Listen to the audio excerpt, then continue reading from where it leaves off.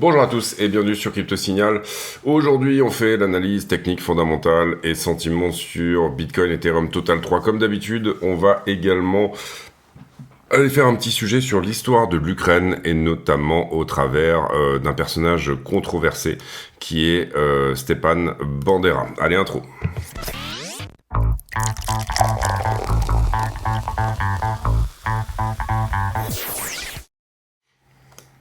Alors, Bitcoin, première information en daily. On ira faire le sujet, je pense, à la fin de la vidéo, puisque c'est un sujet qui n'est pas nécessairement en lien étroit avec la crypto. Donc, du coup, on va d'abord se concentrer sur la crypto, bien sûr. Structure daily qui est baissière, ça on l'a montré depuis plusieurs jours. Tentative ici de revenir rechercher le creux haut, de faire le break of structure. Pour le moment, ça n'a pas eu lieu. On est sur un rejet sur cette zone. Mais la bonne nouvelle, c'est que cette trend de distribution ici qu'on avait mise en daily a été fermée hier. Donc du coup, on a l'information qu'on est peut-être à la fin de cette correction ou en tout cas qu'on n'est pas sur une mèche. On s'est installé plus d'une journée et on a fait une ouverture-clôture. On a hard closé. On a fait un corps de bougie entier au-delà de ce niveau. Donc ça c'est une bonne chose, on va quand même garder le niveau sous les yeux au cas où il soit retesté dans le futur, mais c'est une très bonne chose en daily. En 4 heures, le prochain niveau éventuel à venir visiter en 4 heures se trouve ici, très légèrement au-dessus. Alors on a un petit quelque chose là, vous le voyez ici, ce niveau en 4 heures, mais pour moi ça correspond assez bien à un niveau 1 heure qu'on a gardé sous les yeux ici et qui je crois pour le moment n'a pas été pris, c'est ce qu'on va aller vérifier ensemble. Mais en 4 heures en tout cas, prochain niveau à 73, on va dire que c'est un petit peu le break total de la structure pour le coup qui interviendra dans ces zones là. 1 heure, vous le voyez, on n'a pas réussi à hard closer le niveau substantiel, c'est pour ça que je le garde, c'est pour ça que je garde cette unité de temps pour me baser là-dessus. Ici, on n'avait pas réussi à le fermer, et ici, on n'arrive pas à le fermer non plus. Donc pour l'instant, c'est un rejet sur le niveau 1 heure. On avait mis un petit 15 minutes ici en dessous, je voulais effacer. J'ai commencé à enregistrer la vidéo, il y a eu un petit problème technique. Et on avait un autre niveau là également qui a été fermé. Donc pour le coup, on va vraiment se baser sur le 1 heure qui est là et le 1 heure qui est là pour se dire, bon, si je casse vers le bas, je me dirige vers des liquidations plus substantielles, peut-être 70, peut-être 68, et éventuellement, on a toujours parlé d'une éventualité de retrouver 66. Si on rejette et qu'on perd ce niveau, c'est plus ou moins les choses qu'on va venir viser. 66 étant dans l'idée qu'on passe sous la structure globale. Donc si ce rejet-là est la structure globale, je parle de la structure 1 heure, bien sûr, qui à ce stade reste haussière. Cela dit, j'ai pas cassé là. Si je casse là, je casse le niveau 1 heure là, et du coup, pour le coup, on privilégiera plutôt une continuation à la hausse. Donc on va voir ce qui se met en place là-dessus. Attention, on commence à avoir un peu de liquidité qui s'est engrangée là-dedans au travers de cette petite montée larvée ici en 1 heure. Donc attention à un éventuel rejet qui nous ramène sous la structure. Sous-entendu, la structure globale serait une flat, d'accord ? On privilégiait pas encore à ce stade du tout une correction plus importante que 66 et on privilégiait pas cette correction vers 66. Pour le moment, pour moi, le scénario le plus privilégié, c'est qu'on va passer au travers cette fois-ci. Néanmoins, aucune certitude et je qualifierais ici les chances qu'on casse ce niveau-là à ce stade autour des quelque chose comme, on va tout de suite aller sur la petite structure, à ce stade autour des quelque chose comme 60% de cassé en haut et 40% de chances de se faire rejeter et de potentiellement aller visiter les niveaux plus bas dont je vous parlais. En 15 minutes, j'ai un joli support ici, ce support vient d'attaquer cette trend. En général, un support horizontal est plus puissant qu'une trend. Et en l'occurrence, là, c'est ce qu'on a vu se mettre en place éventuellement, c'est-à-dire qu'on vient de casser la petite distribution 15 minutes qui est ici, au travers de la tenue de ce niveau. Et donc voilà, donc ça c'est intéressant. Je pense qu'on peut l'effacer pour le coup, parce que c'est vraiment, pour le coup, là, vraiment des toutes petites UT, donc de l'intraday, donc ça peut dégaler. Et voilà, si ce niveau tient en 15 minutes, c'est également une encore meilleure chose. Ça veut dire que, on va dire, cette vallée essaye de se protéger d'elle-même pour protéger finalement la jambe de tout ce mouvement-là. Donc le cœur du problème ici, pour moi, peut être réduit à est-ce qu'on perd ce 15 minutes-là pour la journée. Et en daily, on va dire time frame plutôt daily, sur qu'est-ce qu'on va avoir sur les 5 ou 6 prochains jours, est-ce qu'on perd ce 1 heure-là, d'accord ? Si on perce celui-là, c'est très bon. Si on tient ce 15 minutes pour venir percer ce 1 heure, vous comprenez qu'on viendra éventuellement à l'attaque de la structure plus importante, et ce qu'on veut, c'est que la 4 heures se retourne vers le haut, qu'on soit à la fin de cette correction qui dure depuis mars 2024 dorénavant. En tout cas, c'est plutôt joli côté Bitcoin. Derrière, je vais voir sur Ether contre Bitcoin. Pour le coup, on va juste faire le point peut-être sur le 4 heures. Sur le 4 heures, Ether contre BTC est pour le moment dans une structure baissière, d'accord. Il a eu ce très joli push. On est en train de faire la correction. Où s'arrête la correction? Pour le moment, pour moi, c'est le niveau 1 heure qui est là, qui pourrait éventuellement tenir. Donc ça, c'est important. En 4 heures, le support qui était là, ce support 4 heures, attention, il a été cassé. Donc on a hard closé ce niveau. Donc ça, c'est pas une très bonne nouvelle. Le 1 heure qui est en dessous vient de proposer une réaction. La question étant, désormais, est-ce qu'on vient à péter le 1 heure du dessus? Pour le coup, Ethereum contre Bitcoin, pardon. Pour le coup, on n'a pas de cassure de la structure encore ici, et c'est la même chose. Ce sera plutôt autour des 0,60 qu'on aura une première cassure. Ether contre le dollar, eh bien, lui, à contrario de Bitcoin, nous avait donné une zigzag, là où Bitcoin nous a donné une sorte de flat. Cette zigzag-là a potentiellement trouvé zone de rebond ici. Pour le coup, il a déjà cassé sa structure de distribution là. Contrairement à Bitcoin vient de la casser, mais on n'a pas eu l'accélération pour le moment, hein, d'accord. Et d'une autre manière, on voit que quand même, Ether pour le coup a retourné sa baissière en time frame 4 heures, on va dire ça comme ça serait plutôt du daily, mais pourquoi pas. Il a déjà retourné sa structure, puisque vous comprenez que le sommet à prendre, c'était celui-ci. Ce sommet d'ailleurs fait support actuellement. Vous le voyez là, c'est intéressant, l'alignement un peu des planètes. Il fait support et ça tient plutôt bien sur un 1 heure qui se situe à 3734. J'ai également une bonne tenue du momentum initial ici en violet. Donc ça, c'est plutôt encourageant pour se dire que j'ai mon impulsion, ma correction pour une nouvelle impulsion. Attention sur Ether, si on perdait ce momentum-là, pour le moment, vous voyez qu'on essaye de le tenir. Si on perdait ce momentum-là, ça sera une flat sur Ethereum également, à minima, hein, d'accord. Voilà, chercher une flat ou chercher une running, hein, ça serait une running, une continuation à partir de maintenant. On va essayer d'introduire l'idée plutôt de la conjonction de un niveau horizontal et une trend, et là en l'occurrence on l'a eu dans cette zone-là. Ce qu'on doit casser sur Ethereum, c'est ce 4 heures ici qui est en haut, d'accord. Pour le coup, si on tient ici et qu'on vient à clôturer un 4 heures au-delà de ce niveau-là, eh bien, on peut estimer que la correction est terminée et qu'on va avoir un nouveau push sur Ethereum, un short squeeze. Pour le moment, Ether n'est pas énormément chargé en open interest, mais il y a des choses éventuelles qui se mettent en place, donc c'est très joli de ce côté-là également. Les alts contre BTC, on est toujours dans cette montée larvée en biseau pour les altcoins contre Bitcoin. La question étant, est-ce qu'on refuse de casser cette montée larvée? Est-ce qu'on accélère le momentum? C'est ce qu'on veut voir pour des alts qui surperforment BTC. Ou alors, à contrario, est-ce qu'on vient perdre cette accumulation? Ce qui veut dire à ce moment-là un retour sur cette zone-là. Nous, on part du principe que, encore une fois, Ether a fait, les alts ont fait leur correction là-dedans. C'est-à-dire une flat étendue. La zone étendue a très bien été tenue, mais c'est pas très joli cette montée larvée. Ce qu'on veut, c'est que ça accélère. Pour le moment, ça n'accélère pas. À peu près la même vision des choses que hier. Les seules choses éventuelles qui peuvent être intéressantes à se mettre en place, ça serait de casser justement le haut de cette distribution. Et là, on aurait une épaule tête-épaule inversée. Vous le voyez ici, là-dedans, épaule tête épaule inversée, qui aurait des targets au-delà des anciens ATH, on va dire, des anciens plus hauts des altcoins contre BTC. Les altcoins sont partis de très loin. Dézoomer un petit peu. Les altcoins partaient de très loin. On va plutôt se mettre en weekly. Les altcoins partaient de très loin, mais qui répètent toujours la même phrase, partaient de très loin contre Bitcoin.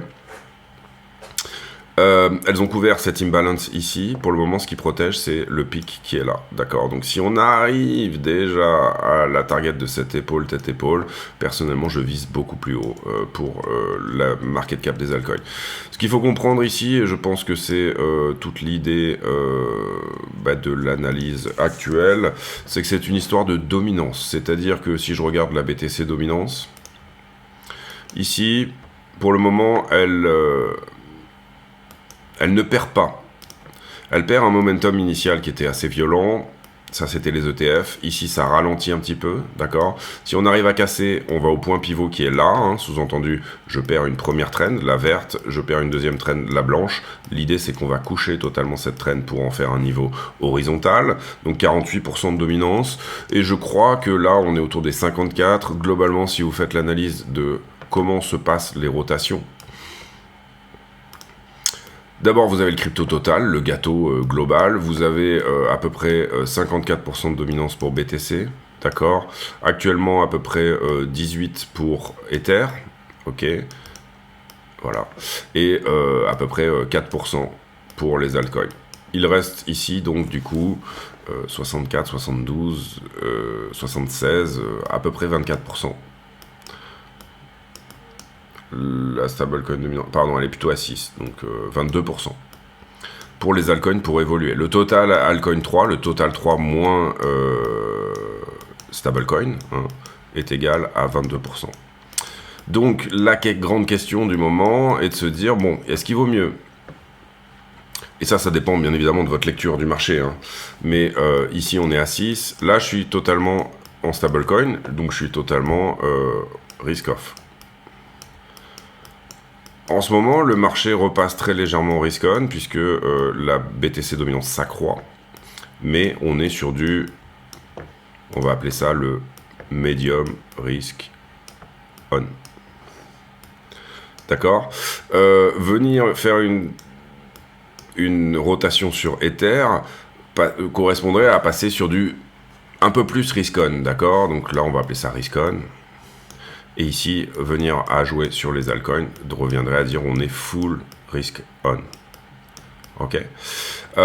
C'est une histoire de rotation à laquelle vous devez répondre en disant bon je pense que effectivement du coup les points bas ont été trouvés sur Ether contre BTC, donc je peux commencer à faire ma rotation sur Ethereum. Personnellement, je l'ai faite un peu trop tôt, mais il y a déjà un petit moment. Enfin, j'ai une partie de mes bitcoins à hauteur de 10% que j'ai passé en Ether. Je parle ici des portefeuilles d'investissement, hein, bien évidemment, mais également des zones de trade privilégiées, on va dire. C'est-à-dire, est-ce que je privilégie plutôt du trade avec un pourcentage de mon capital élevé sur, en ce moment, Bitcoin? Est-ce que je le fais plutôt sur Ethereum, et est-ce que je le fais plutôt sur les alts, hein? Bien évidemment, c'est un peu la même idée. Mais globalement, en termes de portefeuille d'investissement, l'idée ici, c'est que la stablecoin dominance diminue au profit de Bitcoin dans un premier temps. La dominance de BTC augmente, mais elle se calme. C'est ce que je peux voir en termes de rotation. Si on perd la droite blanche qui est là, je peux éventuellement me dire que et Ether et les alts auront de la place pour évoluer. Ce d'autant plus si jamais, puisque là on regarde à gâteau égal, le gâteau total était à égalité, je montre ici une rotation dans un gâteau égal, c'est-à-dire potentiellement, imaginons que la BTC dominance tombe à 48%, et on peut même éventuellement se dire qu'elle pourrait tomber à 44%, je vous explique pourquoi tout de suite. Et si mouvement vraiment impressionnant, 40%, d'accord, pourquoi? Parce que la stablecoin dominance, la Bitcoin dominance est actuellement en train de compresser. Si elle vient toucher la trend de distribution qui est là depuis 2016 ici plus haut en 2020, et derrière altcoin season des familles, latéralisation ici pendant on va dire les fins de bull run, et ensuite reprise de dominance sur fond d'Ethereum, de spot Bitcoin, de Bitcoin spot. Et ben, si je continue dans cette compression, c'est une possibilité. Alors soit je casse, hein, bien évidemment, c'est possible, soit je continue dans cette compression, auquel cas ça donne quelque part entre, si on va à 48, 6% de dominance en moins pour BTC. Éventuellement, si on va tout en bas, et on pourrait perdre par le bas aussi, hein, ici, vous comprenez qu'il n'y a pas de tendance très long terme. Je suis dans quelque chose qui ne veut ni faire un plus bas, ni faire un plus haut, pour le moment, d'accord? J'ai une compression. Donc si elle perd 6%, ça laisse de la place pour les alts. Si elle perd 14%, donc de 54 à 40%, ça laisse énormément de place pour les alts. Si tout ça se fait pendant que le gâteau est en train de grossir, eh bien, donc ici on imagine un gâteau qui grossit en même temps, bah évidemment ça laisse énormément de place pour les alts. C'est toutes les questions qu'on peut se poser en ce moment. Quand va se faire la rotation? Où est-elle? Et quelle en sera l'ampleur? Si jamais, encore une fois, on a une rotation de capital qui se fait avec augmentation proportionnelle du gâteau total de la crypto, eh bien à ce moment-là, ça peut éventuellement nous donner des très bons points d'entrée sur les altcoins. Pour le moment, on est sur des formes de potentiel signal, et j'en ai parlé hier, mais je crois qu'il serait plutôt, en termes de contexte, préférable d'attendre une rotation de la Fed ou des annonces de rotation de la Fed au niveau des taux d'intérêt. Si l'argent est gratuit, tout le marché passe risk on. C'est un peu la même chose que vous pouvez voir si on imaginait un gâteau avec l'or, le dollar. Je vous mets des parts stupides ici, mais voilà. Le Dow Jones, les valeurs industrielles, le S&P, 500 plus grosses valeurs américaines, le Nasdaq et la crypto. C'est la même chose. On navigue de ces idées de l'or va être plus risk-off que le dollar, mais moins rémunérateur potentiellement, surtout dans un contexte où les taux sont à 5%. La crypto a des jolis potentiels, mais sont extrêmement risqués. Le Nasdaq, c'est les valeurs traditionnelles. On va dire qu'il peut réellement performer et tabasser tout que si jamais il y a effectivement une baisse des taux.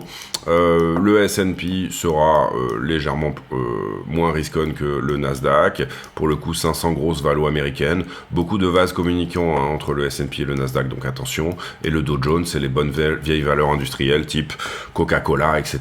Et donc du coup, on va dire que ça va être le troisième risk-off. Ici, on est off. Ici, on est off. Et ici, on est off. Le Dow Jones étant peut-être potentiellement le Bitcoin du monde traditionnel de la finance, par exemple. Donc vous voyez ici un petit peu l'idée, rotation vers rotation, rotation en fonction du contexte macroéconomique, voilà, toutes ces choses-là sont extrêmement importantes à intégrer. On passe sur la news, le fondamental, pardon. 488 millions d'afflux nets sur Bitcoin, les ETF hier, c'est une très bonne chose.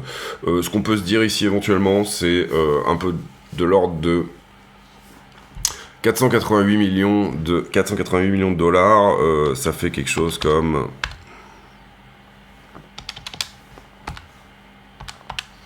à 71 000 $ le Bitcoin, à peu près 7 000 Bitcoins. 900 Bitcoins sont minés par jour, ça correspond à une demande induite de 6 000 Bitcoins. En ce moment, les mineurs n'ont plus de BTC, plus beaucoup, en tout cas on est sur des points bas depuis 14 ans sur le holding en termes de nombre de BTC. Attention, le BTC augmente en prix, mais donc c'est relativement sain et normal, mais les mineurs ont très peu de BTC, les OTCDS ont très peu de BTC, il y a très peu de BTC sur les exchanges. Ce qu'on peut espérer éventuellement, c'est qu'au bout d'un moment, la demande induite des ETF rajoute une demande au spot, directement au spot. Donc ça voudrait dire, ok, on shoot up parce que au spot, si vous devez acheter 7000 BTC, vous allez devoir les acheter market sur le marché du spot qui est encore une fois relativement vide. Il va se charger quand on va monter en prix. Mais pour le moment, le comportement n'est pas à la vente. Imaginez que ici, je veux acheter 6000 BTC sur Binance. Vous voyez que j'en ai 300, 400, 500. J'en ai peut-être quelque chose comme 2000 entre les deux ici. Ouais, c'est ça. Rapidement, peut-être un peu plus. Ouais, 3000 BTC ici. Donc ne serait-ce que pour acheter la moitié des BTC dont la demande est induite, je vais créer un slippage. Si je fais ici achat market de ces BTC là, je vais créer un slippage de 3-4 000 $. Donc une demande induite au spot par les ETF. Et hier, on a eu une magnifique journée au niveau des ETF, c'était quasiment au milliard, donc 2 fois plus, donc 12 000 BTC en demande induite. Au fur et à mesure, on vide les OTC de ce qu'ils ont déjà, parce qu'un OTC, il va vous vendre de gré à gré, donc ça va pas faire bouger le marché. En revanche, si les OTC doivent refill une demande induite par les ETF, et ben à ce moment-là, bien sûr, le prix ne pourra que monter. Donc ça, c'est la demande induite des ETF. Tant qu'elle reste bonne, et ben c'est bon pour la suite. Ici, je vous ai déjà fait les niveaux. On avait un petit niveau short qui se trouvait là tout à l'heure, enfin avant que je fasse la vidéo. Et là, en l'occurrence, il est remonté ici. Pourquoi? Parce que j'ai un funding qui descend, un prix qui monte. Donc ça, c'est pas normal. Je devrais normalement clôturer du short, donc avoir un funding qui augmente. Ça veut dire que je suis shorté sur le top. Également, j'ai l'inverse ici, c'est-à-dire j'ai une structure qui monte. Notamment, c'était le cas surtout là. Donc, oui, j'ai une structure qui descend et un funding qui monte. Donc, du coup, je suis longué sur ce point-là, 70 700. On sauve ça, on va voir les bulles de liquidité. J'ai passé un peu vite sur la news. Ouais. Attention à ça, excusez-moi, du coup je suis passé sur la liquidité, mais PDG de Tether qui nous dit que 3 entreprises crypto majeures ont eu des leaks de email, donc attention, si vous avez des tentatives de phishing, il va falloir faire attention à ça. Troisième chose, et pour moi elle est relativement importante, BlackRock et Citadel qui décident de monter une nouvelle place de bourse au Texas pour éventuellement carrément prendre la place de Wall Street. Étant donné que c'est au Texas, étant donné que c'est BlackRock et Citadel, il est possible que cette place de marché intègre des technologies blockchain, au sens où BlackRock est énormément en train de se positionner en ce moment sur des protocoles comme BUILT, qui sont des RWA, Real World Assets. Sous-entendu, vous pourrez éventuellement, via la blockchain, peut-être sur cette place au Texas, éventuellement, s'il y a la liquidité suffisante pour tenir les prix et faire les bonnes choses, trader le S&P sur la blockchain. C'est une possibilité qui n'est pas ici dans l'article du Wall Street Journal, mais qu'il faut, je pense, intégrer dans la vision long terme de BlackRock. Ici, on passe les mineurs, rachat de 12% de Bitfarms par Riot. On passe également, on en a parlé, les afflux ETF, les traders ici qui anticipent un breakout à 74 000. Trader d'options, Vanek qui revoit ses prévisions sur Ethereum à 22 000 $ en 2030. Ici on passe, ici Nvidia qui tape les 3 trillions dans la ferveur actuelle autour de l'intelligence artificielle, bien sûr. Ici, on va passer également 3 trillions pour Nvidia, on l'a dit. Hier, on a eu le rapport ADP. Le rapport ADP qui a été plutôt bon au sens où on corrige du côté du marché de l'emploi aux États-Unis. On attendait, vous le voyez ici, 175 000 emplois nouveaux. Et on n'en a eu que 152. Le rapport ADP, c'est un sondage, c'est-à-dire que c'est des gens qui appellent les chefs d'entreprise au téléphone et qui leur demandent s'ils ont embauché ou pas. Le vrai rapport, mais ça nous donne un peu le sens du vent, le vrai rapport, bon, il y aura aujourd'hui les inscriptions au chômage hebdomadaire, mais ça c'est une news hebdomadaire, on aura juste l'info depuis le 1er juin, et donc on s'en fout un petit peu. Par contre, on aura le taux de chômage du mois de mai, vendredi à 14h30. Et ça, c'est important que le taux de chômage augmente très légèrement parce que ça va mettre des menottes à Powell. On est autour des 4% de chômage. Je pense qu'à 4,3, Powell va commencer à réfléchir à éventuellement baisser les taux, même si on est à X% d'inflation. En ce moment, on est à 3,9. On est à 3,4 en inflation. Et Powell galère un petit peu à prendre le dernier pourcent. Ici, on voit qu'effectivement, on est un peu shorté sur le top. On a une belle poche de liquidité, et je dis attention à ça, autour des 68,3. Pour moi, c'est un niveau qui pourrait être visité. Vous voyez qu'on a beaucoup plus de liquidité longue que de liquidité short. Cela dit, le funding nous dit qu'on reste dans des zones assez neutres. 1, 0, 1, 68. Ça veut dire que les longueurs prennent leur profit quand même sur cette montée. On reste shorté sur le top, et vous voyez que pour l'instant c'est quelque chose qui a plutôt bien fonctionné pour venir chercher les shorts, et la demande induite ETF est plutôt bonne, donc c'est à mettre entre des pincettes cette idée d'aller à 68 éventuellement, mais je la considère comme quand même assez probable. Par ailleurs, Ethereum, même chose, le delta commence à devenir positif parce qu'il n'a pas forcément marqué de correction depuis hier. Vous voyez que les positions sont toutes petites sur Ether, on n'a même pas des bulles, on n'a même pas de vraies bulles, c'est que des traits. Il n'y a pas énormément d'intérêt sur Ether en ce moment, et le funding sur Ether est à 0, la même chose que Bitcoin, donc zone plutôt neutre. Sur la 7 jours, on voit que Bitcoin petit à petit vient chercher les points hauts, les points chauds plutôt vers le haut. Liquidité intermédiaire à 69, deuxième poche à 68,2, troisième poche à 66,4. La question ici, c'est est-ce qu'on y va? Est-ce que le train est trop chargé? Est-ce qu'on a besoin de fil du contrat long, hein, plus bas, puisque là, si un long liquide sa position, bah, vous pouvez avoir une contrepartie d'achat des contrats en face, donc faire des très gros ordres en allant à passer sous la structure. Donc est-ce qu'il y a un dernier petit tour sous la structure que je vous ai montré tout à l'heure, autour des 66 000, 65 000 $, ou alors est-ce qu'on part maintenant? C'est un peu la question du moment, à vous d'y répondre. Personnellement, j'ai mon avis, je vais donner mon avis en fin de vidéo, mais voilà. 7 jours sur ETH, bah, il a enfin commencé à croquer, il refusait d'aller croquer ici un peu son point chaud, là il a commencé à le faire. Liquidité intermédiaire, on en a assez peu qui fait la jonction, mais globalement il faudra descendre sous 3007 et potentiellement sous 3006 sur Ethereum si on vient chercher les longues. Et à l'inverse, je dirais que 4000 est une jolie target pour celui qui veut longuer. On revient sur le prix, on fait la conclusion de cette vidéo, on ira faire le petit sujet après, parce que ça n'intéresse pas forcément tout le monde. Ici... Alors, structure daily, c'est bien, on en a parlé là 1 heure, etc. On est allé jusqu'aux 15 minutes. Pour le moment, on a des choses qui tiennent ici en 15 minutes. Venir à les enfoncer ne serait pas une très bonne nouvelle. Voudrait plutôt vouloir dire qu'on dirait vers les niveaux inférieurs. À l'inverse également, j'ai quand même la cassure de cette traîne qui est plutôt jolie en 15. Des belles poches de liquidité quand même en dessous. Donc attention, si vous longuez, je dirais que c'est pas une zone extrêmement professionnelle. La vraie zone extrêmement professionnelle, elle est sous 66 pour moi. Mais on pourrait casser.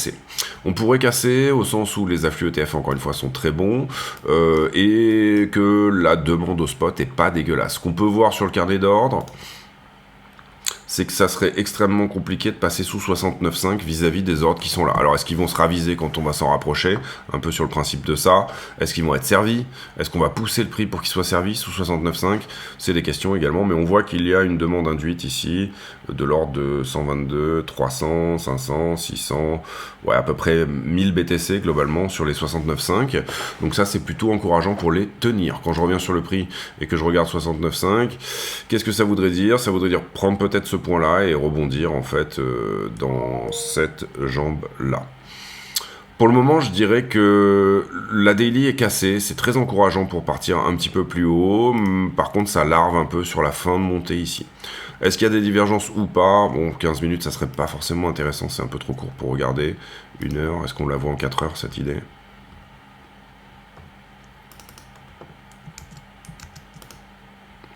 Donc est-ce qu'il y a diminution du volume acheteur? En 4 heures, c'est très léger, c'est-à-dire que j'ai une augmentation du prix et le momentum reste stable. Ça reste assez léger, c'est pas non plus extrêmement marqué. En 1 heure, oui, on a de la divergence. Donc ça commence à se calmer un peu sur cette hausse. Ça sous-entend qu'on n'est pas nécessairement sur quelque chose qui va obligatoirement corriger, mais peut-être latéraliser, d'accord? Une divergence annonce une latéralisation. Attention à ça, moi je dirais, de beaux ordres ici à 69,5 sur le spot, qui pourraient tenir le prix. Et puis, voilà, pour moi, mon scénario privilégié, c'est qu'on a cassé et qu'on va se reprendre. J'irai pas nécessairement, entre guillemets, dans l'idée d'une flat là-dessus, d'accord? Mais il existe des chances que ça le soit. Et je les emmène autour de 40%. Le fait qu'on ait cassé cette distrib est plutôt une bonne chose. Maintenant, malheureusement, des fois, quand on voit que ça larve à la cassure et que ça n'accélère pas, et ça peut vouloir se dire, en fait, on est juste sur une déviation, on est venu chercher la liquidité qui est là, mais on a refusé ici. Dans cette mèche, il y a un refus pour le moment. Donc attention à ça. Donc scénario privilégié pour moi, c'est une continuation, petit passage éventuel ici sous la structure et continuation. Donc autour des 70, retest des 70 et ou prise des 69,5, joli point d'achat sur les 69,5 et ça repart. Maintenant, donc c'est-à-dire que concrètement, impulsion, consolidation qui passe sous la structure, nouvelle impulsion. Nouvelle impulsion. Consolidation qui passe sous la structure, alors elle l'a pas fait extrêmement proprement, on aurait bien aimé que ça prenne là-dessous, impulsion. Et ici, bah peut-être correction, passage sous la structure, là je parle de la petite ici, et nouvelle impulsion. Je pense que 69,8, 69,5 est une jolie zone. Maintenant, aucune certitude de ce côté-là. Encore une fois, ça doit être des positions maîtrisées en termes de taille, parce que bah déjà, il reste une possibilité d'aller visiter le momentum initial du mouvement, un peu plus bas. Donc voilà, levier limité et taille de position, je dirais assez limitée, parce que le point d'entrée n'est pas extrêmement joli. Le joli point d'entrée dans cette zone-là, pour moi, il est plutôt à 66, et il était quand on est passé sous la structure ici, à 57. Maintenant, ça obligeait à quoi? Ça obligeait à prendre cette structure dans des plus petites time frames, et donc du coup à prendre des profits rapides, c'est-à-dire respecter la structure baissière. Je pense que vous me suivez, c'est-à-dire vous jouez un contre-tendance ici, dans une petite structure, il fallait prendre des profits en respectant le fait que la structure était baissière. D'ailleurs, on a eu cette baisse, ensuite on a cassé la structure en 4 heures, mais ça, vous n'aviez aucune certitude que ça allait être le cas. Donc il faut respecter la time frame dans laquelle vous êtes, et ensuite c'est le runner, le reliquat de position qui lui va aller chercher plus haut. C'est quelque chose qu'on a beaucoup mis en application puisqu'on était rentré ici sur les 60 également et on a fait la même chose, d'accord. Il y a des positions sur lesquelles j'aurais bien aimé l'avoir fait, je ne l'ai pas fait quand on était je sais plus où, je crois que c'était un moment où on a eu un joli push. Ici, on a pris un très beau short, et à un moment où on a eu un joli push ici, j'avais eu dans le regret de pas nécessairement ici prendre mes profits si on passait baissier. Je pense que c'était par là.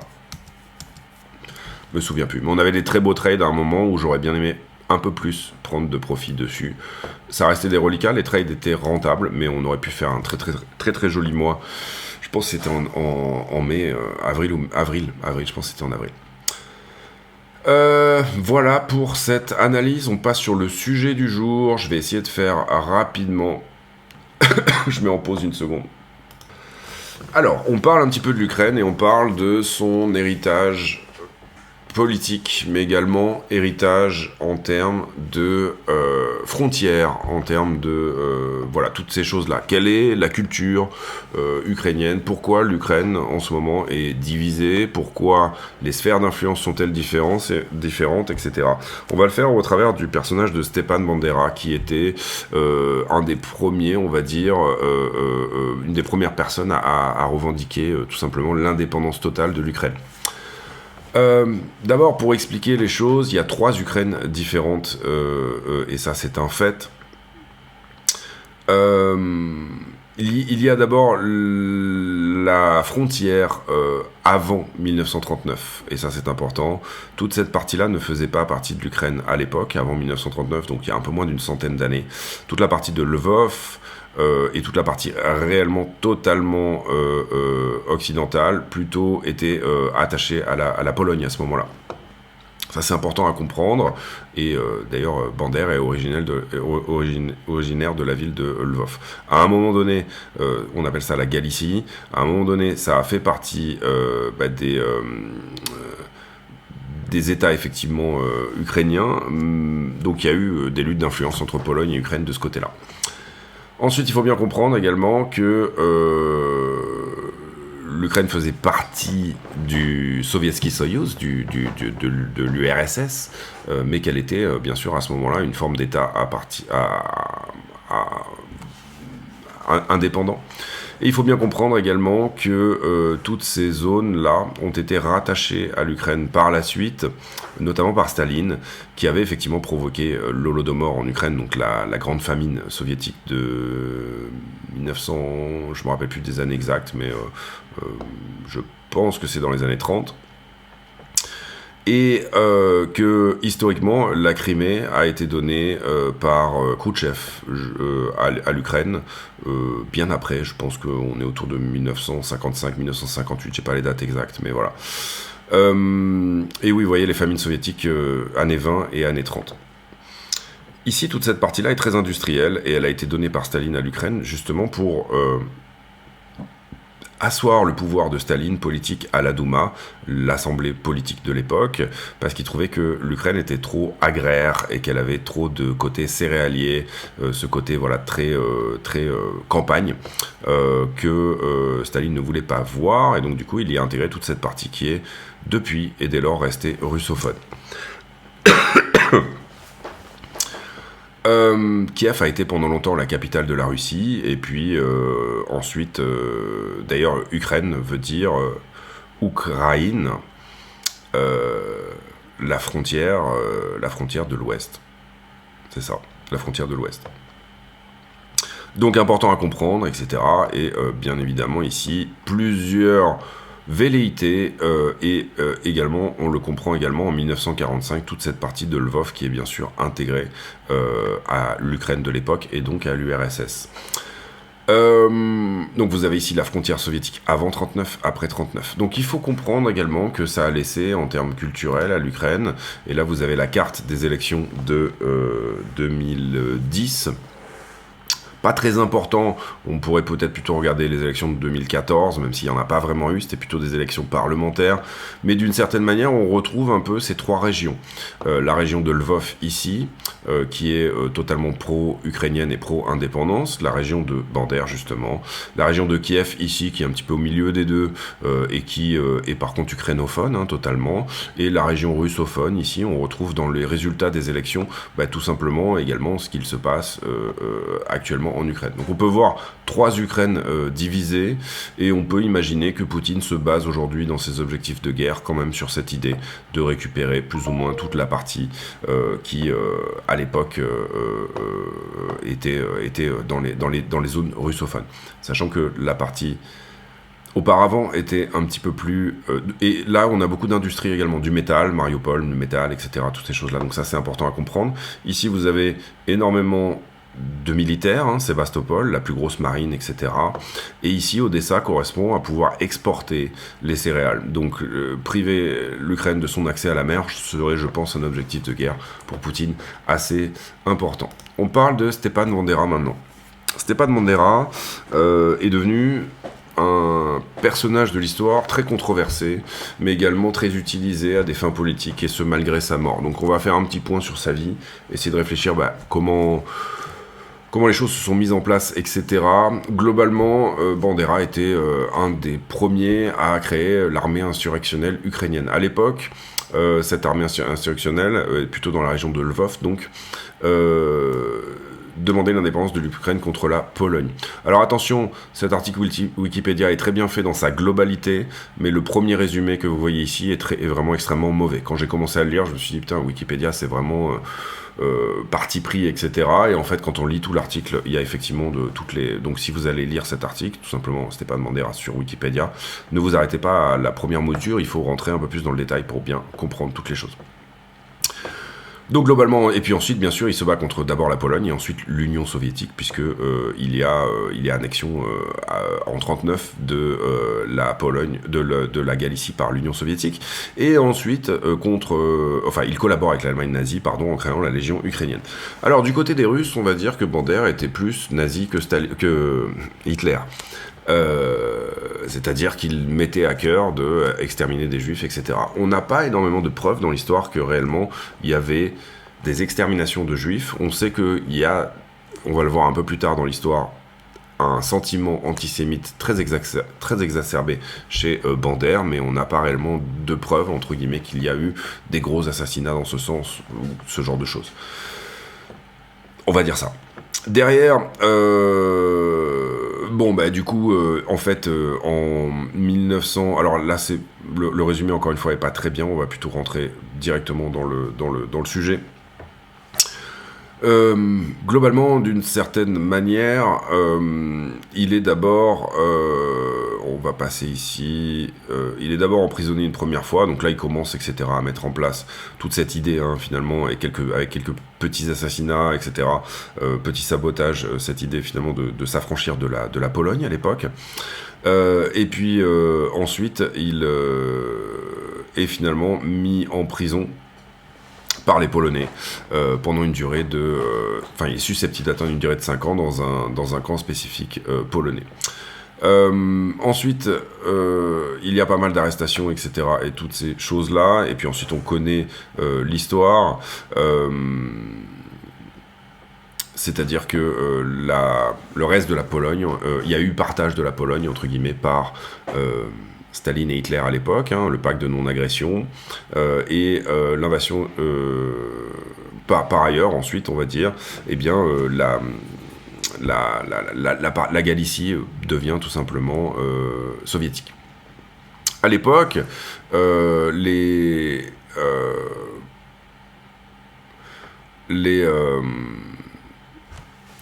les fondamentalistes, etc., commencent à bien sûr s'insurger contre tout ça, évidemment. Et puis, en 1940, il y a un rapprochement entre le Troisième Reich et les nationalistes ukrainiens, bien évidemment. Et globalement, ce qu'on peut voir dans ce cadre-là, c'est qu'ils installent leur siège à Vienne, bien évidemment. En 41, ensuite, il y a revirement de situation avec l'opération Barbarossa. Et on voit également que d'une certaine manière, à ce moment-là, les Allemands commencent à utiliser Bender pour tout simplement s'affranchir du joug et aider à des opérations de sabotage contre l'armée rouge, bien évidemment. Donc dans Barbarossa, il y a tout un pan qui intègre Bender et ses factions de manière à tout simplement aider effectivement à l'invasion russe, d'accord. Ils se disputent un petit peu les partisans de Bandera, etc.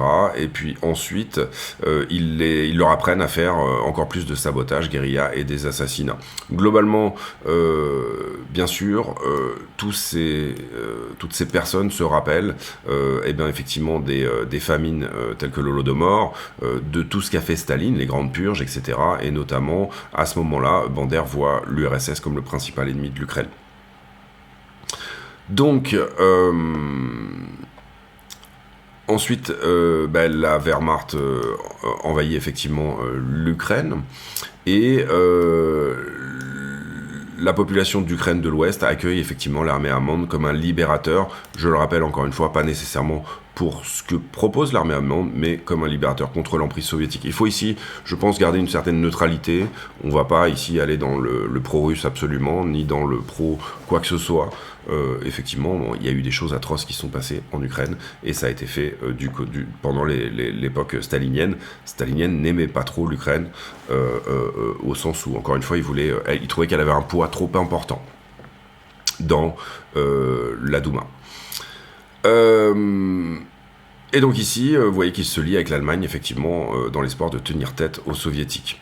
Donc il y a beaucoup de choses qui se passent là en un an ou deux, globalement, mais d'une certaine manière, ce qu'on va souligner, c'est que en avril, la Légion ukrainienne est créée, et que elle est littéralement décimée un peu plus tard par l'armée rouge, où il y a effectivement beaucoup de 1000 Ukrainiens bandéristes qui sont fusillés par le NKVD en juin 41. Donc ça fait partie, c'est des faits de guerre, on va dire. A l'inverse, la Gestapo utilise l'incident pour rendre les Juifs responsables, et donc du coup ils assassinent 1000 Juifs en découvrant les cadavres fusillés par le NKVD. Est-ce que ils sont aidés par Bender à ce moment-là, etc. L'histoire ne le dit pas, malheureusement. Mais néanmoins, Bender appelle les Ukrainiens toujours à la vengeance par rapport à ses amis qui ont été tués, bien sûr. Il reforme une légion et il repart dans cette idée d'indépendance, évidemment. Ce qui est proclamé à ce moment-là, c'est la déclaration d'indépendance de l'Ukraine. C'est la première en date, on va dire, c'est-à-dire totalement émancipée à la fois du joug soviétique, etc. Par contre, on voit dans cette déclaration d'indépendance que l'armée nationale révolutionnaire ukrainienne est en train de se former sur le sol ukrainien, continuera à se battre avec l'armée allemande alliée contre l'occupation de Moscou. Encore une fois, il n'y a rien d'antisémite là-dedans pour le moment. En tout cas, on est plutôt clean sur ces idées-là. Est-ce qu'il y a eu de l'aide ? Pour le moment, l'histoire le dira encore une fois, mais c'est pas nécessairement ce qu'on a dans les lignes, en tout cas de Wikipédia. À un certain moment, Bender est vraiment utilisé par l'Allemagne, et il se rend compte qu'il est en train d'être utilisé effectivement par l'Allemagne, et qu'il n'y aura jamais d'Ukraine réellement indépendante, mais qu'il va plutôt vers autre chose. Donc à ce moment-là, il est globalement assigné à résidence, mais ça va un petit peu plus loin, puisque effectivement les Allemands l'envoient dans un camp, en l'occurrence la prison centrale, non pardon, c'est pas celui-là, en l'occurrence... Ici, il est emprisonné en 1942 au camp de concentration de Sachsenhausen. Il faut voir ici que ce camp-là était réservé aux hautes personnalités politiques. Donc il y avait certainement des formes de traitement de faveur, en tout cas, au cas où les mecs peuvent vous servir un petit peu plus tard. Et vous allez voir que ça va être le cas, tout simplement parce que à un certain moment, l'armée insurrectionnelle ukrainienne dit, bah en fait, on va combattre l'Allemagne nazie, et on va combattre l'URSS, et on va combattre les Polonais. On va combattre tout le monde en même temps. Maintenant, il y en a marre, etc. Et là, Bandera s'y oppose depuis sa prison. Alors, s'il ne s'y était pas opposé, on suppose qu'il aurait eu un traitement de faveur. Hein. Malheureusement, il se serait fait littéralement exploser en deux. Donc là, on ne sait pas. Mais en tout cas, il dit que sans armée allemande, il n'y aura pas. Il dit à ses partisans qu'ils doivent se battre aux côtés de l'armée allemande, etc. Bon, il est en tôle à ce moment-là, voilà. Bon, encore une fois, c'est des choses où il faut rester neutre, il ne faut pas nécessairement... En tout cas, on suit ici les faits. Par ailleurs, ensuite, à partir de 44, on a vraiment un revirement de la part de l'armée insurrectionnelle ukrainienne, et elle commence à combattre franchement les nazis.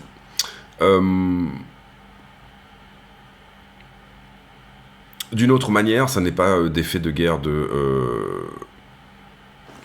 Bender. Et il faut bien comprendre aussi également qu'il est ressorti de sa prison à un moment donné, il a été sorti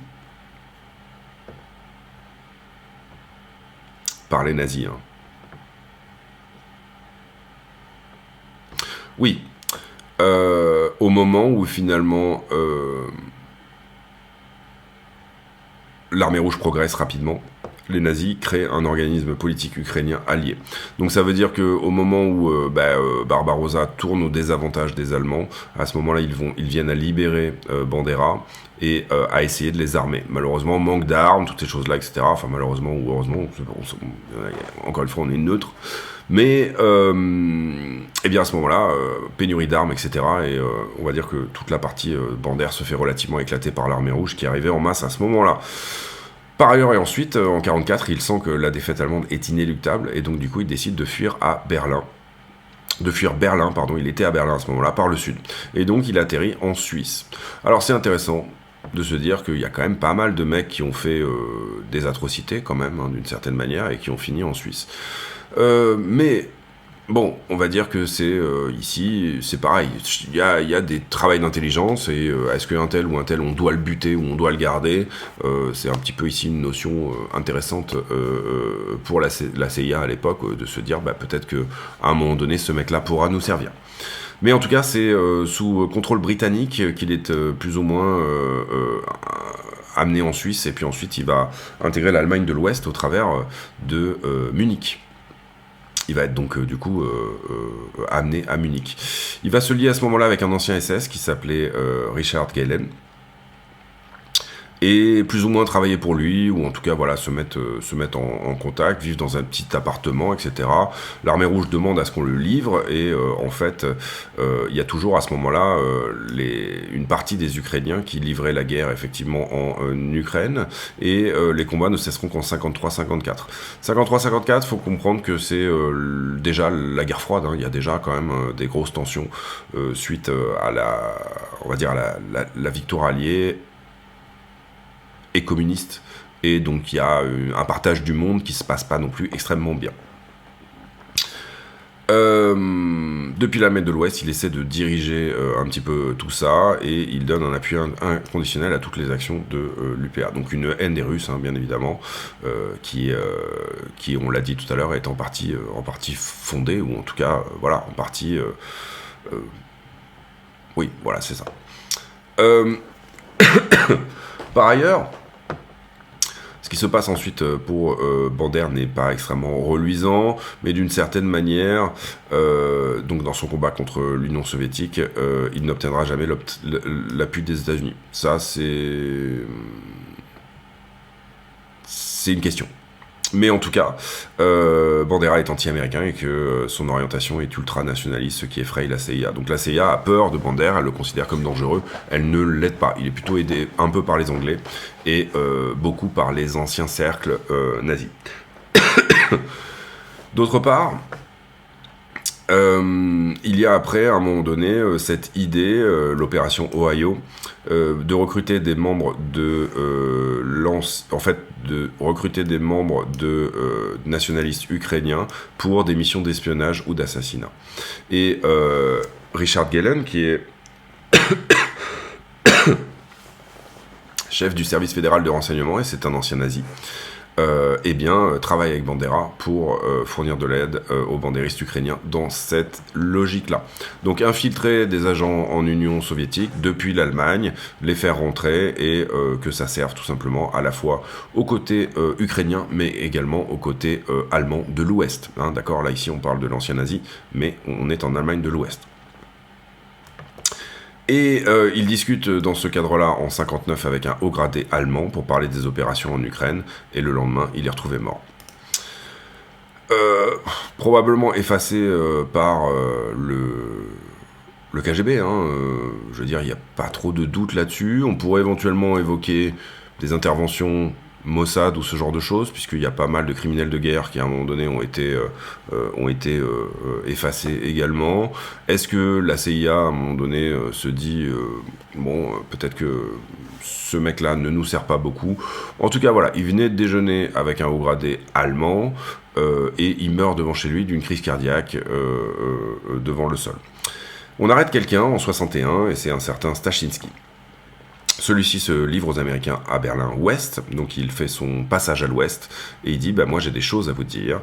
Il se présente comme un ultranationaliste ukrainien, retourné par le KGB, donc du coup agent du KGB, donc agent double, et il dit avoir assassiné Lev Rebet, qui était un des amis de Bandera à Munich en 57, et Bandera à Munich en 59 pour le compte du KGB.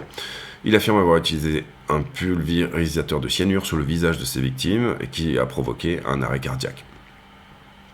Bandera était devant sa porte, les bras chargés de course, il revenait de l'épicerie, il s'apprêtait à retirer sa clé de la serrure, quelqu'un lui a proposé de l'aide et en fait il lui a pulvérisé du cyanure sur son visage. Est-ce que l'histoire est vraie ou pas ? En tout cas les Américains se méfient au départ, il a l'air agité, il ne passe pas au détecteur de mensonges et il est envoyé dans un hôpital psychiatrique parce qu'il est un petit peu foufou. Il est transféré derrière à Francfort et en fait finalement après enquête la CIA pensait que Bandera avait été empoisonné par un de ses proches, donc plutôt les cercles ukrainiens en l'occurrence, ce qui était un peu le cas, mais vous voyez ici agent double KGB, donc peut-être. Mais un an plus tard, le témoignage est utilisé par la justice allemande, il relance l'enquête, il y a un procès en 62 à Karlsruhe, et le verdict est annoncé, Stachinsky est condamné à 8 ans de prison ferme. Sur ces 8 ans de prison ferme, Stachinsky ne va en faire que 4, et il va être transféré par avion aux États-Unis comme agent officiel de la CIA. Ça pose des questions. Est-ce qu'il était CIA avant de se livrer ? Est-ce qu'à ce moment-là, je vous rappelle qu'on est en 62, juste après le mur de Berlin, même en Allemagne, il y a des volontés politiques à diviser, etc. Est-ce que des fois, assassiner quelqu'un... des fois le coupable est un peu trop facile à trouver, je sais pas, personnellement j'en sais rien, je pencherais plutôt pour le KGB qui assassine Bandera, puisque Bandera fout la merde en Ukraine, en tout cas il donne son aval au fait que ça foute la merde en Ukraine.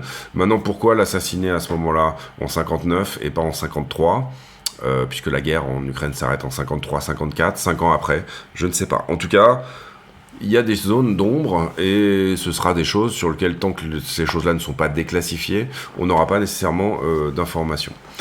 Maintenant, on fait un petit point sur le côté antisémite ou pas de Bandera et quel est son héritage sur l'Ukraine. Il n'y a pas toujours eu de l'antisémitisme dans le nationalisme ukrainien. Par contre, on a retrouvé des tracts, effectivement, et on a retrouvé des actions, des choses qui se sont faites, qui menaçaient effectivement les juifs. Par exemple, tract bandériste qui disait « Vous avez accueilli Staline avec des fleurs, vos têtes seront jetées aux pieds de Hitler ».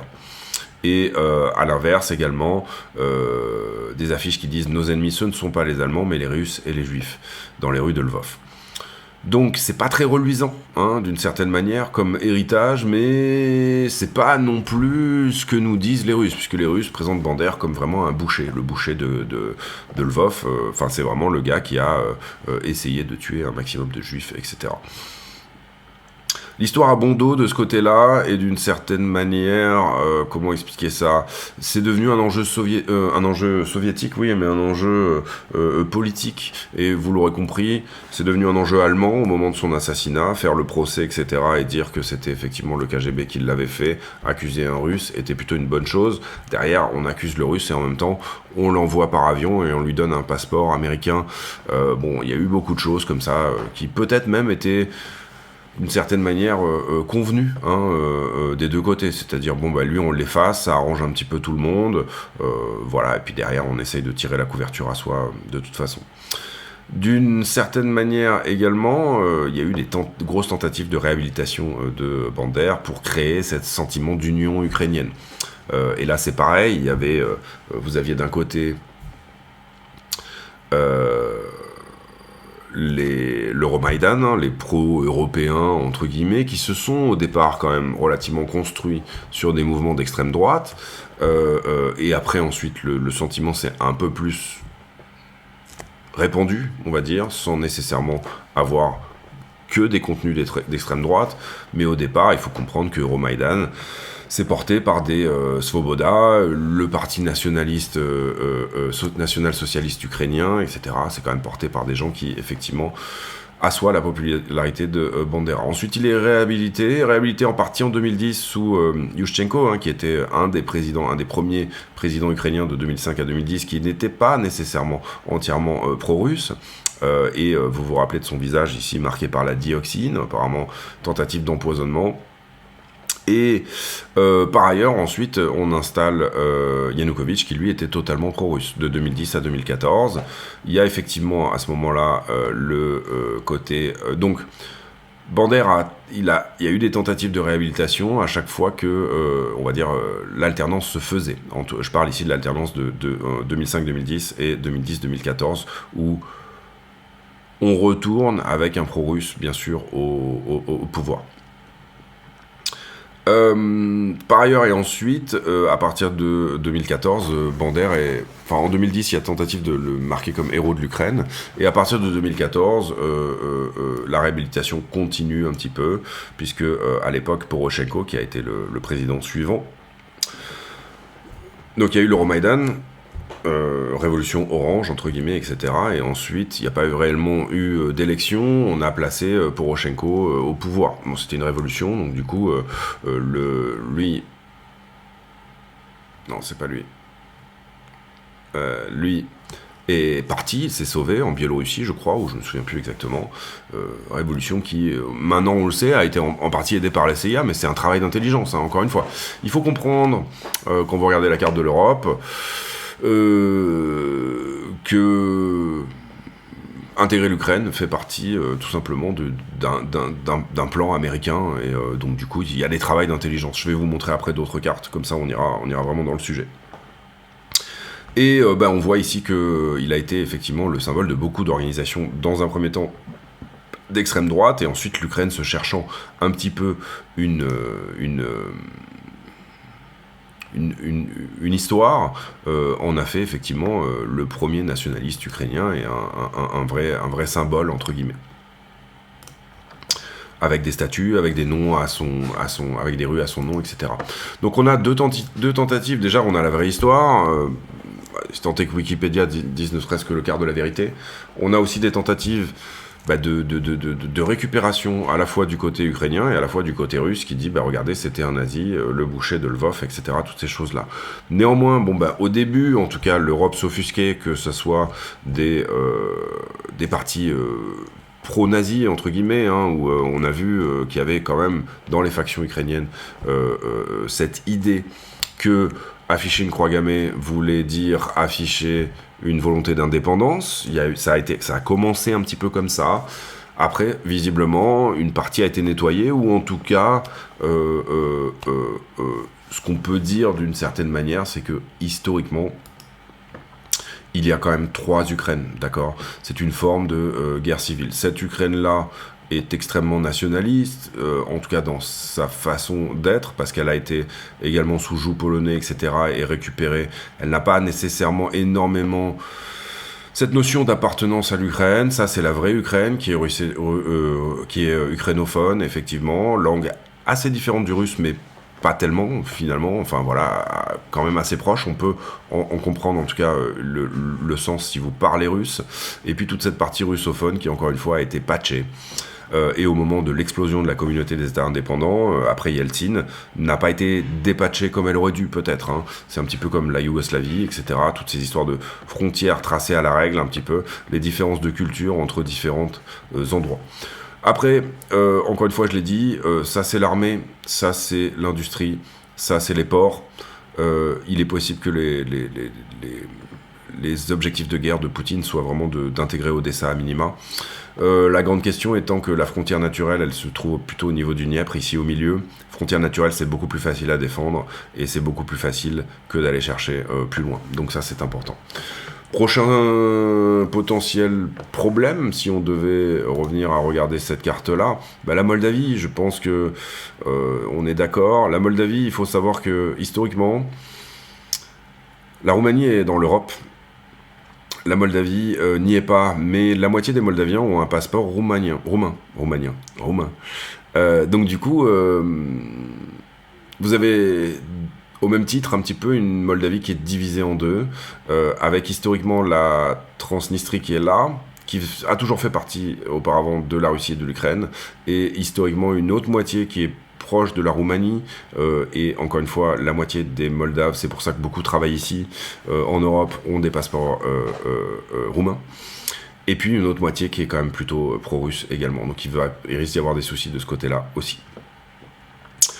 Par ailleurs, c'est important de regarder l'évolution des frontières et toutes ces choses-là, et l'évolution de l'histoire pour comprendre un pays, comprendre quelque chose.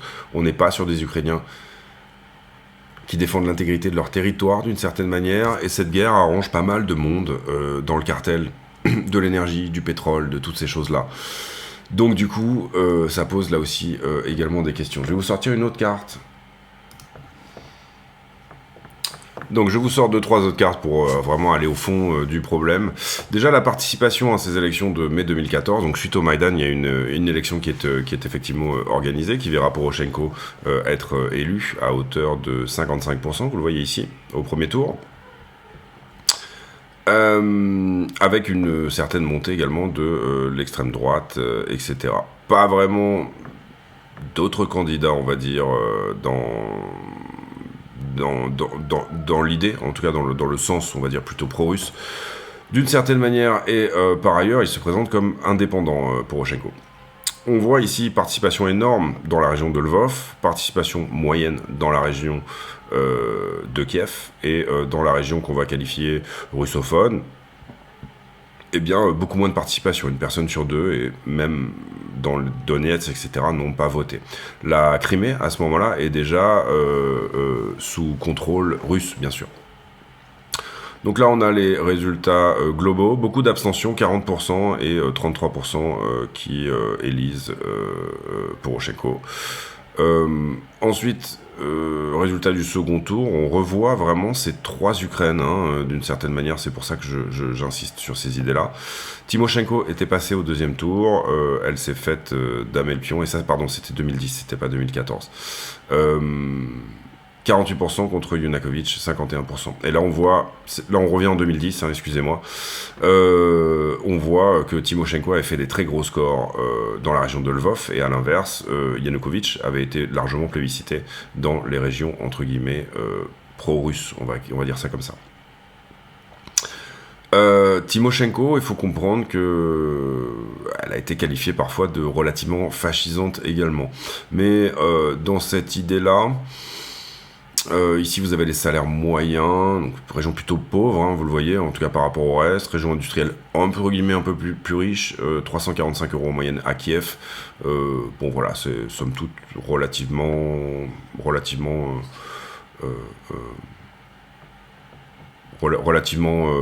homogène, hein. Vous avez ensuite les partis fascisants, là on revient sur 2014 bien sûr. Les partis fascisants, vous voyez que c'est pas énorme en termes de pourcentage, 1, 3%, etc. Mais on avait beaucoup de candidats. Et ici également 0,5, 0,8. Et si on ajoute ce magnifique candidat en plus, qui a fait beaucoup plus pour le coup, Oleg Lyashko, vous voyez également à nouveau les nouvelles, à nouveau ces cartes-là se décider, ces 3 régions se dessiner. On va passer ici là-dessus. Le score total des fascisants, et on n'a pas mis Timoshenko là-dedans, en l'occurrence, vous voyez que on est autour des 16-17%, 20% ici de ce côté-là. Il faut bien comprendre que quand on parle ici de fascisants, on ne parle pas de fascisants entre guillemets. On parle de Svoboda, qui est à l'origine avait le nom de Parti national-socialiste ukrainien, donc national-socialiste c'est nazi bien sûr, et secteur droit, Pravi Sector, qui lui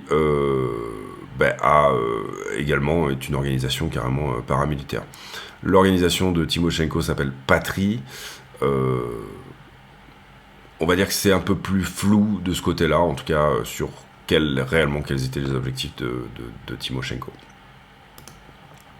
En tout cas, tout ça se base au départ sur un rapprochement avec l'Europe qu'elle n'a pas voulu. Le russe de l'époque, c'est pas Yanukovych, c'est l'autre. Je me souviens plus du nom. Bon bref, c'est pareil, ça fait beaucoup de noms d'un coup. Et que n'avait pas voulu. Et l'Euromaïdan se fonde bien évidemment là-dessus. Maintenant, on sait que la CIA est assez fortement intervenu. Il y a des choses qui sont un petit peu sorties dernièrement, qui ont un petit peu été déclassifiées, en poussant bien évidemment Maïdan à être financé d'une certaine manière, pour mettre fin à l'hégémonie russe sur le territoire ukrainien, ce qui a potentiellement un petit peu énervé Poutine. Globalement, après on va pas refaire l'histoire, mais les accords bien sûr les accords ensuite de Minsk qui n'ont pas été nécessairement beaucoup respectés. Vous voyez ici également en 2012 aux législatives, le parti Svoboda, pour le coup le parti national-socialiste ukrainien, qui avait fait des scores dans la région de Lvov qui étaient plutôt de l'ordre des 40%, 38, 31, 30% on va dire dans ces zones-là, et avec des scores très peu faibles bien sûr dans les zones russes. Donc ça pose quelques questions. Ça pose les questions notamment de récupération par l'histoire, et puis d'intelligence dans les pays. Il y a très certainement eu une grosse erreur des Russes à vouloir faire du coercitif en Ukraine. J'essaie de trouver une carte qui colle à peu près, mais bon, on va prendre celle-ci. À vouloir faire de la coercition, parce que c'est leur méthode. La méthode du KGB, elle est coercitive, c'est-à-dire si tu ne fais pas ça, tout simplement, soit on va te détruire psychologiquement, soit on va te détruire tout court. Là où les Américains sont relativement plus balèzes pour vous faire croire que vous allez dans une forme de liberté et d'alternance, et que la solution du côté de l'Ukraine, elle est pro-européenne. Le problème là-dedans, c'est que effectivement, et les Russes sont tout à fait au courant, mais les Ukrainiens aussi, on l'a vu au travers des cartes de vote, etc., il y a en fait 3 Ukraines différentes historiquement, c'est tout à fait normal. Donc, toutes ces choses-là, il faut comprendre que elles divisent un pays, des langues différentes, etc., des choses différentes. Une partie ici, encore une fois, qui est littéralement nationaliste, parce que à la fois anti-polonaise, mais quand même assez proche de la Pologne dans l'idée. Une partie Kiev, qui est vraiment le cœur de l'Ukraine, historique. Et puis, encore une fois, toute cette partie qui parle russe et qui a été relativement brimée de 2014 à 2021. Parce qu'on a interdit le russe à l'école, on a interdit aux gens de parler russe, etc., toutes ces choses-là, et qu'il y a eu bien sûr les bombardements sur les populations civiles du côté de Donetsk. Maintenant, est-ce que les populations de Donetsk, les forces de libération de Donetsk ont été massivement financées par les Russes pour foutre le bordel dans cette zone? Bien évidemment. Et encore une fois, là, ça revient au travail d'intelligence russe, qui est quand même plutôt péchu, coercitif, etc. Cela dit, pour connaître bien des Ukrainiens, vous en avez un peu même au niveau des Russes, hein, vous en avez qui pensent un petit peu de toutes les manières, mais en l'occurrence ici, personnellement connaissant très bien 2 personnes de Mariupol par exemple, elles sont totalement pro-russes d'une certaine manière, mais ça veut pas dire connaître 2 personnes de Mariupol ne veut pas dire connaître tout le monde.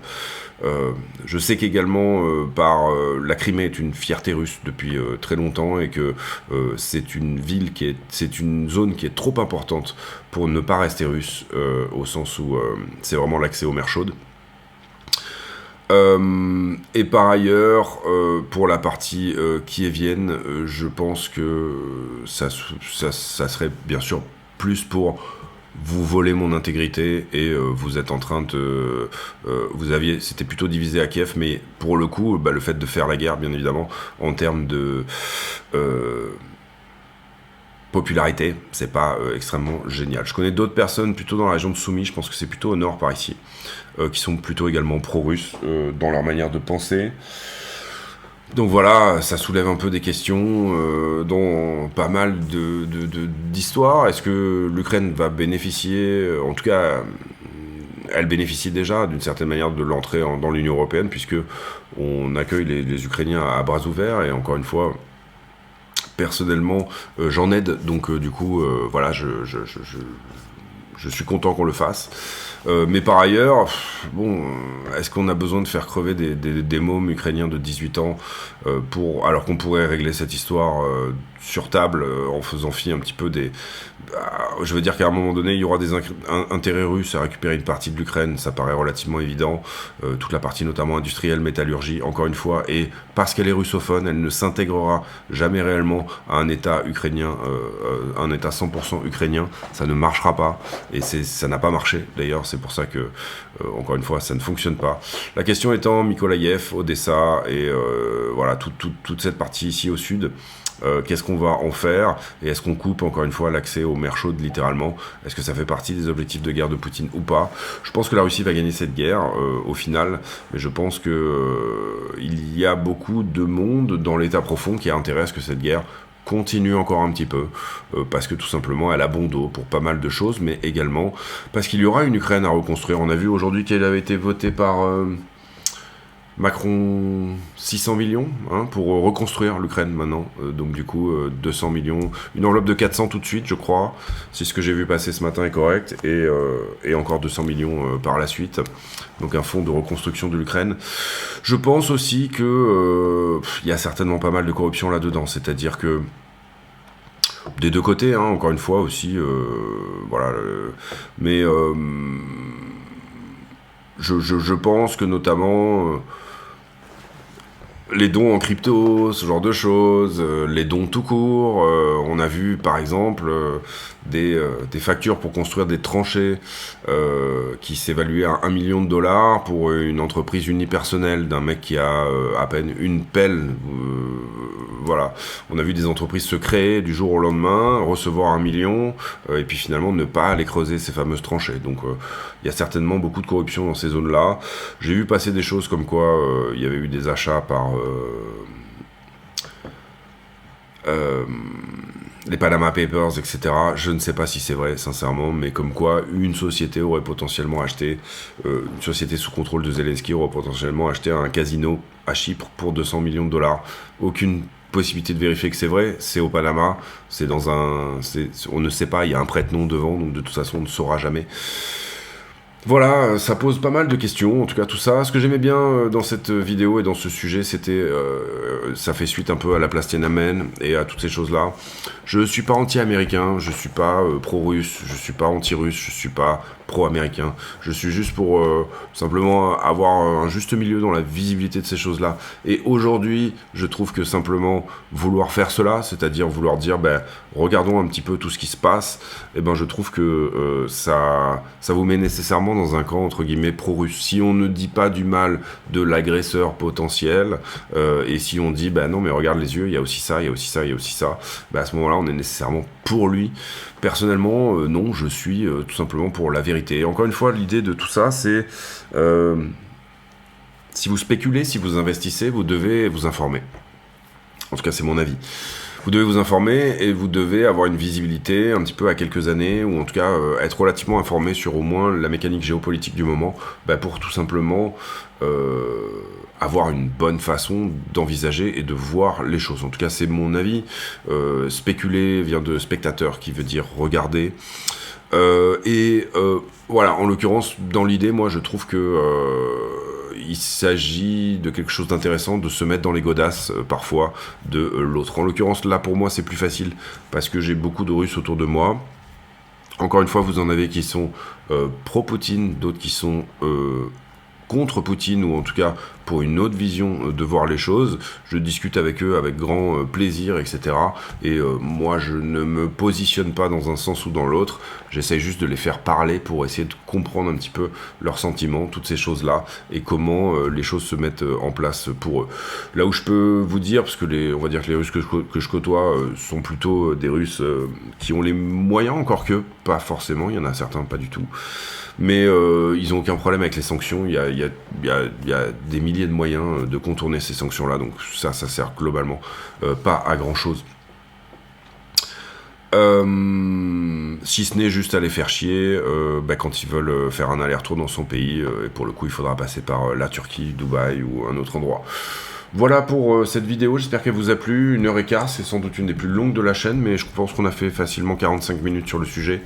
Donc je pense que dorénavant, quand on fera un sujet qui a vraiment rien à voir avec la crypto, on le fera plutôt en fin de vidéo, et on l'annoncera en début de vidéo. Il y aura tel sujet en fin de vidéo, comme ça permettra à ceux que ça n'intéresse pas, de tout simplement ne pas avoir regardé cette partie-là.